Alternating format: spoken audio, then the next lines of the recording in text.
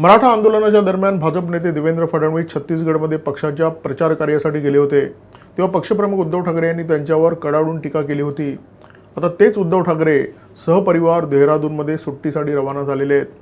ठाकरेंच्या फुटपट्ट्या कायम मित्रांसाठी वेगळ्या असतात। दुसऱ्यावर जीप सेल सोडणारे उद्धव ठाकरे स्वतःला मात्र त्या फुटपट्ट्या लावताना दिसत नाहीत। आणि याच विषयावर बोलणार आहोत। नमस्कार, मी दिनेश कांजे, आपण बघताय न्यूज डंका।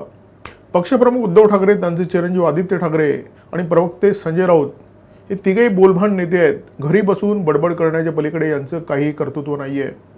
लोकशाहीने प्रत्येक नेत्याला दुसऱ्यावर टीका करण्याचा अधिकार दिलेला आहे, परंतु दुसऱ्यावर टीका करताना स्वतःची करणी काय याच्याकडे प्रत्येक नेत्याने लक्ष दिलं पाहिजे।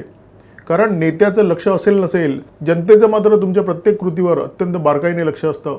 एव्हाना महाराष्ट्राला उद्धव ठाकरे यांच्या पलटीमार नीतीचा चांगलाच परिचय झालेला आहे, तरी सुद्धा प्रत्येक वेळी उद्धव ठाकरे एक पाऊल पुढे टाकतात आणि महाराष्ट्राच्या जनतेला धक्का देतात। छत्तीसगडमध्ये निवडणुकांचं वातावरण आहे आणि पक्षाच्या प्रचार कार्यासाठी देवेंद्र फडणवीस यांना तिथे पाचारण करण्यात आलं। देवेंद्र फडणवीस हे एका शिस्तबद्ध पक्षाचे शिस्तबद्ध कार्यकर्ते आहेत। पक्ष जेव्हा जेव्हा हाक देतो तेव्हा तेव्हा त्यांना तिथे जावं लागतं आणि पक्षाने सोपवलेली कामगिरी पार पाडावी लागते। देवेंद्र फडणवीस यांच्या प्रचार दौऱ्यानंतर बोलभान प्रवक्ते संजय राऊत यांनी त्यांच्यावर जळजळीत टीका केली। मराठा आरक्षणाच्या आंदोलनामुळे महाराष्ट्र पेटलेला असताना, परिस्थिती चिंताजनक असताना, राज्य जळत असताना देवेंद्र फडणवीस प्रचार दौऱ्यासाठी कसे काय जाऊ शकतात, असा सवाल संजय राऊतांनी उपस्थित केला होता। संजय राऊतांची एक खूप मोठी समस्या आहे, त्यांना इतर नेत्यांबद्दल कायम प्रश्न पडत असतात, परंतु त्यांच्या मालकाबद्दल मात्र त्यांना कोणतेही प्रश्न पडत नाहीत।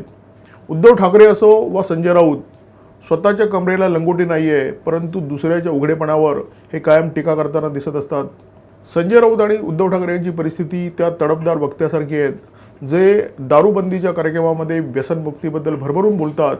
दारूचा आरोग्यावर किती दुष्परिणाम होतो, दारूने आयुष्य कसं कमी होतं आणि दारू ही शरीरासाठी किती वाईट आहे हे ते अगदी तळमळीने बोलतात। आणि दुसऱ्या दिवशी हेच तडफदार वक्ते एखाद्या देशी दारूच्या गुत्त्यामध्ये तीच दारू ढोसताना दिसतात। मराठा आंदोलनामुळे महाराष्ट्र चांगलाच धुमसतोय। गंधकाच्या ढिगाऱ्यावर बसल्यासारखी राज्याची परिस्थिती झालेली आहे। मराठा आरक्षणासाठी उपोषण करणारे आंदोलनकर्ते मनोज जरांगे पाटील यांनी सरकारला 2 जानेवारीची नवी डेडलाईन देऊन काल रात्री उशिरा आपलं उपोषण मागे घेतलं। परंतु त्याआधी राज्याची परिस्थिती अत्यंत स्फोटक होती। अनेक ठिकाणी जाळपोळीच्या, दगडफेकीच्या घटना घडल्या होत्या आणि याच दरम्यान ठाकरे देहरादूनला रवाना झाले। भाजप नेते नितेश राणे यांनी उद्धव ठाकरे यांच्या या कृतीवर अत्यंत जळजळीत आणि तिखट टीका केलेली आहे। देवेंद्र फडणवीस हे छत्तीसगडमध्ये पक्षाच्या प्रचार कार्यासाठी गेले होते, परंतु ठाकरे मात्र सहकुटुंब हवापालट करण्यासाठी गेलेले आहेत। आधी ते बद्रीनाथला जातील आणि तिथून पुढे केदारनाथला जातील, अशा प्रकारची वृत्त उत्तर भारतातल्या वर्तमानपत्रांनी दिलेली आहेत। उद्धव ठाकरेंचं मन प्रचंड मोठं आहे, खूप मोठं आहे। उद्धव ठाकरेंचा शेंडी जानवेला किती कडाडून विरोध आहे हे त्यांनी गेल्या अनेक सभांमध्ये अगदी ठणकावून सांगितलेलं आहे। परंतु शेंडी जानवेला विरोध असलेल्या उद्धव ठाकरे यांनी बद्रीनाथमध्ये शेंडी जानवेधारी ब्राह्मणांकडून स्वागत सत्कार स्वीकारला, त्यांनी दिलेला प्रसादसुद्धा ग्रहण केला। आपल्या कृतीमुळे आपले आजोबा प्रबोधनकार ठाकरे यांच्या आत्म्याला किती पीडा होईल याची चिंता उद्धव ठाकरेंनी अजिबातच केली नाही। कारण जेव्हा तुम्ही बद्रीनाथला जाता, जेव्हा तुम्ही शनी शिंगणापूरमध्ये दर्शनाला जाता, तेव्हा तिथे प्रबोधनकार ठाकरेंचा विचार कामी येत नाही। तिथे फक्त शिवसेना प्रमुख बाळासाहेब ठाकरे यांचं ज्वलंत हिंदुत्व चालतं। या ज्वलंत हिंदुत्वालाच तिथे किंमत असते। महाविकास आघाडीची सत्ता असताना उद्धव ठाकरे यांनी जे जे पेरलं ते आता उगवताना दिसतंय। त्याच्यामुळे ठाकरे आधी शनिशरण झाले। मे 2023मध्ये ठाकरे यांनी शनी शिंगणापूरचा दौरा केला। शनिदेवाच्या चौथऱ्यासमोर ते नतमस्तक झाले आणि तिथे त्यांनी तेलाचा अभिषेक सुद्धा केला। प्रबोधनकारांच्या आत्म्याला काय वाटेल याची अजिबात चिंता न करता आपल्या मागे जी पीडा लागलेली आहे ती कमी करण्यासाठी ठाकरेंनी शनीचं अत्यंत मनोभावे दर्शन घेतलं।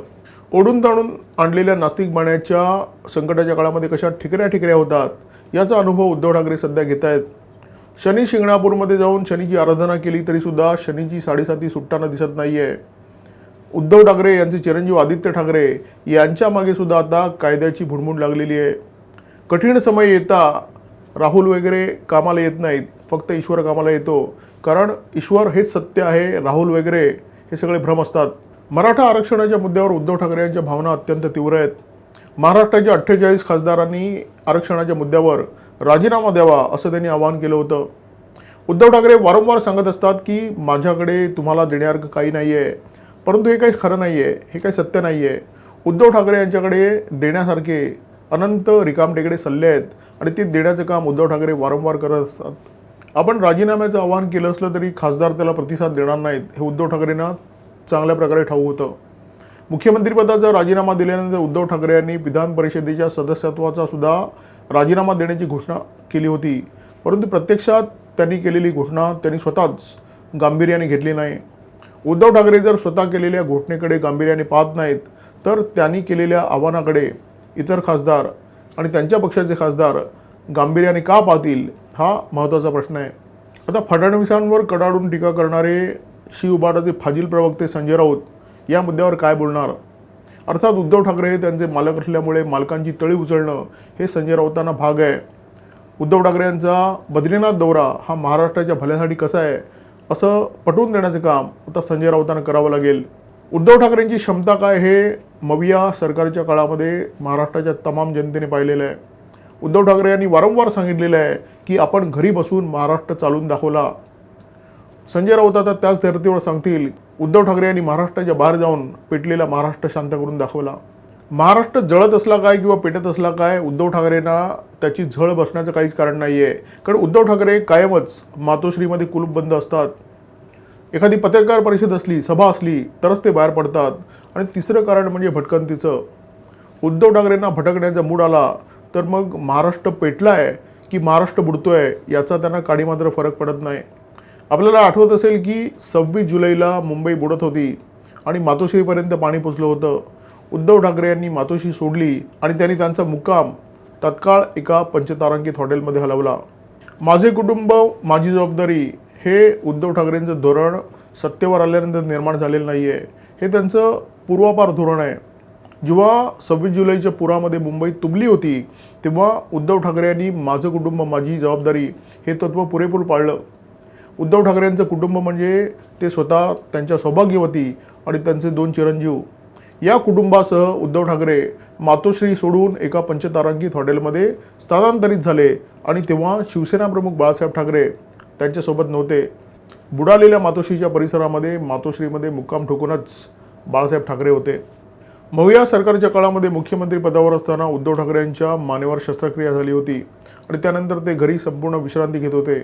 आणि ते घरीच असतात परंतु पूर्णपणे विश्रांती घेत होते आणि ते इतके पराधीन होते की खाजवायचं कसं असा प्रश्न त्यांना पडला होता. आणि याच काळामध्ये त्यांचे चिरंजीव आदित्य ठाकरे हे परदेश दौऱ्यावर होते. आणि संकटाच्या काळात बापाला सोडून जाण्याची परंपरा जी उद्धव ठाकरे यांनी 26 जुलैच्या पावसामध्ये सुरू केली, कदाचित त्याही आधी सुरू केली असेल, परंतु 26 जुलैच्या पावसानिमित्त ती लोकांना कळली, तर ती परंपरा पुढेही पाळली जाईल याची काळजी आदित्य ठाकरे यांनी उद्धव ठाकरे यांच्या आजारपणाच्या निमित्ताने घेतली. आणि त्याच परंपरेला अनुसरून ठाकरे कुटुंबीय पेटलेल्या महाराष्ट्राला मागे ठेवून परप्रांतामध्ये गारव्याचा आस्वाद घ्यायला गेलेले आहेत. न्यूज डंकाच्या या व्हिडिओमध्ये तुर्तास इथेच थांबतो. व्हिडिओ जर आवडला असेल तर जरूर लाईक करा, शेअर करा आणि अशाच प्रकारचे माहितीपूर्ण व्हिडिओ पाहण्यासाठी सबस्क्राईब करा आमच्या यूट्यूब चॅनल. नमस्कार आणि धन्यवाद. आमचा व्हिडिओ जास्तीत जास्त लाईक करा, शेअर करा आणि आमचं यूट्यूब चॅनल सबस्क्राईब करा. धन्यवाद.